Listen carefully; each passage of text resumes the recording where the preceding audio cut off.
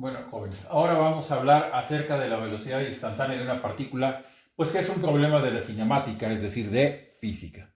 Vamos a considerar que una partícula se mueve sobre una trayectoria rectilínea y que S igual a f de t es la función que determina la distancia que recorre en un instante cualquiera. Es decir, la distancia es una función del tiempo y esa nos va a permitir conocer cuál es la distancia a la que se encuentra la partícula en un tiempo determinado. Esto genera lo que se conoce como una ecuación del movimiento de la partícula. Pongamos, por ejemplo, la siguiente. S igual a f de t igual t cuadrada más 2t menos 3. ¿Qué es esto? Es una ecuación de la cinemática que permite conocer el movimiento de una partícula para cualquier instante. Y esa posición la vamos a poder calcular si nosotros conocemos los tiempos en los cuales la partícula se mueve. Por ejemplo, si consideramos que esta ecuación está dada la posición en metros y el tiempo en segundos, vamos a dar diferentes valores para el tiempo para encontrar la posición respectiva. Si t igual 0, sustituimos como en cualquier función y resulta que la posición es menos 3. No importa que tenga el signo negativo, ya veremos por qué. Si t es igual a 1, la posición es igual a 0. Si t es igual a 2, la posición es igual a 5. Si t es igual a 3, la posición es igual a 2. Estamos hablando que estas distancias son metros. Esto lo puedo colocar en una gráfica, en donde aquí está una trayectoria rectilínea, un eje horizontal, que ¿qué me define? Me define la distancia. Y para los diferentes tiempos, yo di estos valores y aquí encuentro las posiciones. Es decir, aquí cuando el tiempo fue 0, la partícula está 3 metros antes del origen. Cuando el tiempo fue 1, llegó al origen. Cuando el tiempo fue 2, llegó a 5 metros. Cuando el tiempo fue 3 segundos, llegó a 12 metros. Es decir, se va moviendo en línea recta. Y aquí vemos qué pasó en los diferentes tiempos y en qué posición estaba para cada uno de esos tiempos. Si analizamos, por ejemplo, entre el tiempo t igual 0 y t igual 3 segundos, la partícula se va a mover desde la posición s igual a 0 hasta la posición s igual a 12. Es decir, en ese intervalo de 2 segundos, la velocidad promedio de la partícula va a estar dada por el cambio de posición entre el cambio en el tiempo. Si la posición final fue 12 y la inicial 0, y el tiempo final fue 3 segundos y el tiempo inicial 1 segundo, pues esto me da un cociente, que es la razón que me va a dar la velocidad, que son 6 metros sobre segundo. Porque la velocidad, desde que vieron ustedes física, ya vieron que es la variación de la posición en el tiempo. Si ahora analizamos lo que pasa entre el intervalo del tiempo t igual 0 y t igual 2 segundos, vamos a tener lo siguiente. La posición final, de acuerdo a como está en la tabla anterior, era 5 metros. La posición inicial, menos 3. El tiempo final, 2, y el tiempo inicial, 0. Hacemos operaciones, menos por menos más, 5 más 3, que son 8 sobre 2, lo cual me da 4 metros por segundo. ¿Qué observamos? Que la velocidad promedio no es la misma. En el otro caso, vimos que habían sido 6 metros sobre segundo, y aquí vemos que es 4 metros sobre segundo. Sin embargo, los intervalos de tiempo fueron iguales, 2 segundos en ambos casos, pero la velocidad no fue constante. Y esto no me da información acerca de la velocidad instantánea que tenga la partícula.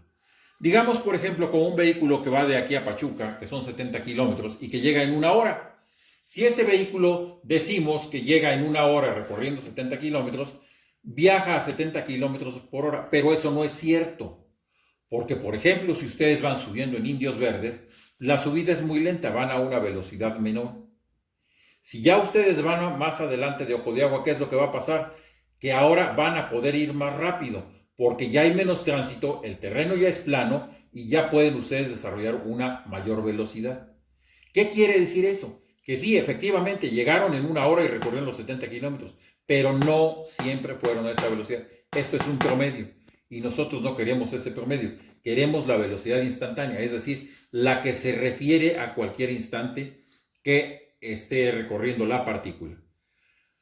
Para poderla definir partimos pues de la relación que existe para calcular la velocidad promedio, que no es más que el cambio de la distancia recorrida entre el tiempo que ha transcurrido, es decir, diferencia de posiciones entre diferencia de tiempos. Pero La posición, como vimos desde el principio, es una función del tiempo. La posición en el tiempo 1 es una función del tiempo 1. Por lo tanto, en lugar de hablar de posiciones, yo puedo poner funciones del tiempo. Y así ya estoy manejando la misma variable. Tiempo arriba, tiempo abajo. Entre más corto sea el intervalo entre t y t1, la velocidad promedio estará más cerca de la velocidad instantánea. Lo cual ocurrirá cuando nosotros tengamos este límite. El límite, cuando t tiende a t1, ¿qué quiere decir eso? Que el tiempo se va a acercar mucho a t1. De la función del tiempo t menos la función del tiempo 1 entre t menos t1. Ojo, este denominador no puede valer 0. Recuérdenlo bien. Esto será si el límite existe. Como acabo de decir, t no puede ser igual a t1, entonces tiene que ser diferente. Y para que el cociente exista, eso significa que tiene que haber una diferencia entre t y t1 que la puedo representar con un delta de t, un delta del tiempo, es decir, un incremento del tiempo. Y eso significa lo siguiente, que si en mi límite t tiende a t1, entonces delta t tiende a 0, porque t va a tender a ser igual a t1. Y si delta t tiende a 0, yo puedo sustituir esto en esta expresión. Si ustedes recuerdan, cuando vimos la pendiente de la recta, estábamos dividiendo entre delta x. Bueno, ahora estamos dividiendo entre delta t, haciendo esta transformación. Como delta t tiende a 0 cuando t tiende a t1, pues esto puede dividirse entre delta t. Aquí se ve claramente. Si t es igual a t1 más delta t, entonces delta t es la diferencia entre t y t menos t1, que es la que tenemos acá. Y es lo que sustituimos en el denominador. En el numerador ya dijimos que f de t es una función del tiempo. Pero f de t puede ser expresada como f de t1 más delta t, porque t fue igual a t1 más delta t. Si t es igual a t1 más delta t, entonces puedo sustituirlo aquí, en el numerador, y es f de t1 más delta t menos f de t1. Si ustedes ven este cociente, es muy similar al que encontramos para calcular la pendiente de la recta tangente a una curva en un punto determinado. Volviendo a la velocidad instantánea, tanto este límite como este otro me permiten a mí calcular la velocidad instantánea que tenga cualquier partícula en el instante t subíndice 1. Pongamos un ejemplo. Tenemos una partícula que se mueve a lo largo de una línea recta, como ya hemos definido, de acuerdo a esta ecuación de movimiento. F de t igual 2t cúbica menos 4t cuadrada más 2t menos 1. Y queremos determinar los intervalos de tiempo cuando la partícula se mueve a la izquierda o a la derecha o cuando cambia su dirección. Para ello, tendremos que encontrar su velocidad instantánea para que nos permita definir cuál es la velocidad de la partícula en cualquier instante. Bueno, mi ecuación del movimiento es f de t, 2t cúbica más 4t cuadrada más 4t menos 1, y mi ecuación del movimiento para el tiempo t1 es la misma, pero con los subíndices t1, t1, t1. Si yo ya definí que mi velocidad instantánea está dada por este límite, bueno, pues voy a calcular este límite, el cual tengo acá. ¿Y qué es lo que hago? Sustituir. F de t, ¿quién es? Esta. F de t1, ¿quién es? Esta. Entre t menos t1. Bueno, pues hay que usar el álgebra para que podamos calcular ese límite. Primero que nada, quitamos paréntesis. Me queda esta expresión. Si son observadores aquí, este menos 1 con el menos 1 de acá afectado por el signo menos de afuera, se cancelan y me queda esto. Voy a agrupar términos, todos los términos en t cúbica, en t cuadrada y en t a la primera potencia. Factorizo los factores numéricos. Aquí hay un 2, aquí hay otro 2, queda fuera. Aquí hay un 4, aquí hay otro 4, queda fuera. Aquí hay otro 2, aquí hay otro 2, quedan afuera. ¿Y qué me quedan? Una diferencia de cubos, una diferencia de cuadrados, que voy a poder factorizar. Pero antes de eso, separo los denominadores. Cada una de estas con su respectivo denominador, cada una de estas con su respectivo denominador, y así hasta este caso. Una vez que yo hago eso, factorizo los numeradores. Esta es una diferencia de cubos perfectos, que se factoriza como la diferencia de las cantidades. por el cuadrado de la primera, más el producto de la primera por la segunda, más el cuadrado de la segunda. T1 al cuadrado menos T1 es una diferencia de cuadrados, que es un producto de binomios conjugados. Y este, que ya está factorizado, pues de una vez se puede simplificar. ¿Por qué factoricé? Pues precisamente para eliminar los denominadores. Este se va con este con este con este. ¿Y qué me queda? Me queda nada más esto, pero sin denominadores. ¿Qué viene ahora? El cálculo del límite. Tomo el límite, es decir, T tiende a T1. ¿Eso qué significa? Que donde hay una T, habrá un T1. T cuadrada, T1 al cuadrado. T por T1 es T1 por T1. T1 al cuadrado, ese ya se queda como está. Acá, T, que al tender a T1, se vuelve T1, más T1 más 2. Si ustedes ven, T1 por T1 es T1 al cuadrado, más esta otra me da 3. T1 al cuadrado, menos 4 por 2 T1 más 2. ¿Qué me queda? Esta ecuación, la cual simplifico dividiendo entre 2 sus factores, y me dice que la velocidad instantánea de la partícula para el instante T1 está dada por esta ecuación, 3T1 al cuadrado menos 4T1 más 1. Esta ecuación es la que me define la velocidad instantánea para cualquier instante que se esté moviendo la partícula. Y ahora ya tenemos la ecuación, ahora vamos a ver qué nos pide el problema. Para conocer cuándo está en reposo, pues esto es una ecuación que tenemos que igualar a cero. Si la velocidad es cero, ¿eso qué significa? Que la partícula está en reposo. ¿Qué hacemos? Igualamos la velocidad a cero, por lo que esta ecuación de segundo grado está igualada a cero y hay que resolverla.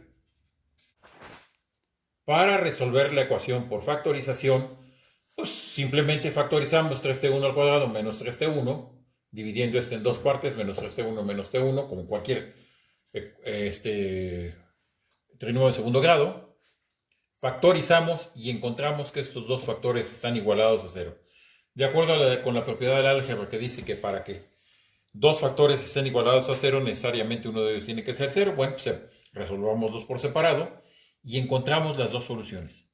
Cuando T1 es un tercio de segundo y cuando T1 es un segundo, en ese momento la partícula está en reposo. En ese momento justo es cuando va a cambiar su dirección de movimiento. Si analizamos para diferentes tiempos los valores que tome la ecuación, eso nos va a permitir a mí, mediante la siguiente tabla, saber qué está pasando con la partícula.